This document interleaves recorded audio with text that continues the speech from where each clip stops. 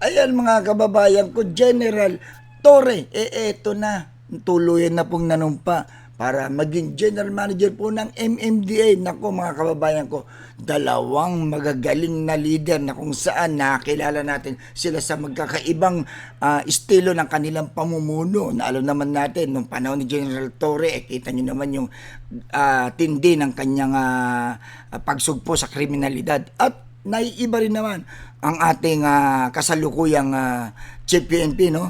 Na si General Milencio Nartates. At eto na mga kababayan, talagang kahanga-hanga ngayon itong mga nangyayari ngayon. Bakit kanyo? Kasi itong dalawang magagaling na leader na to, talagang mapapanatili lalo nila ang kaayusan, kalinisan at safety ng mga kababayan natin, di ba?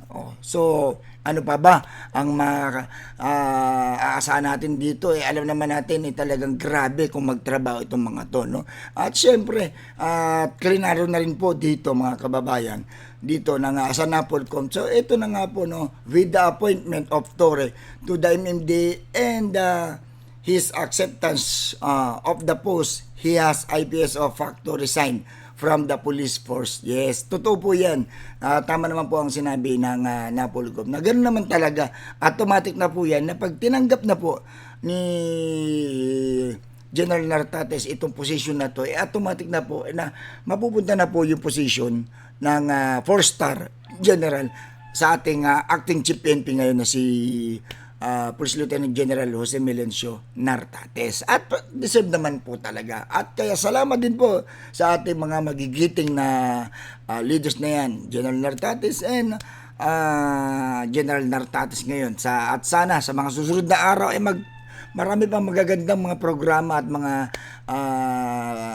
gagawin po nila sa gobyerno na talagang asa natin na talagang magpapakitang gilas itong dalawang leader na to.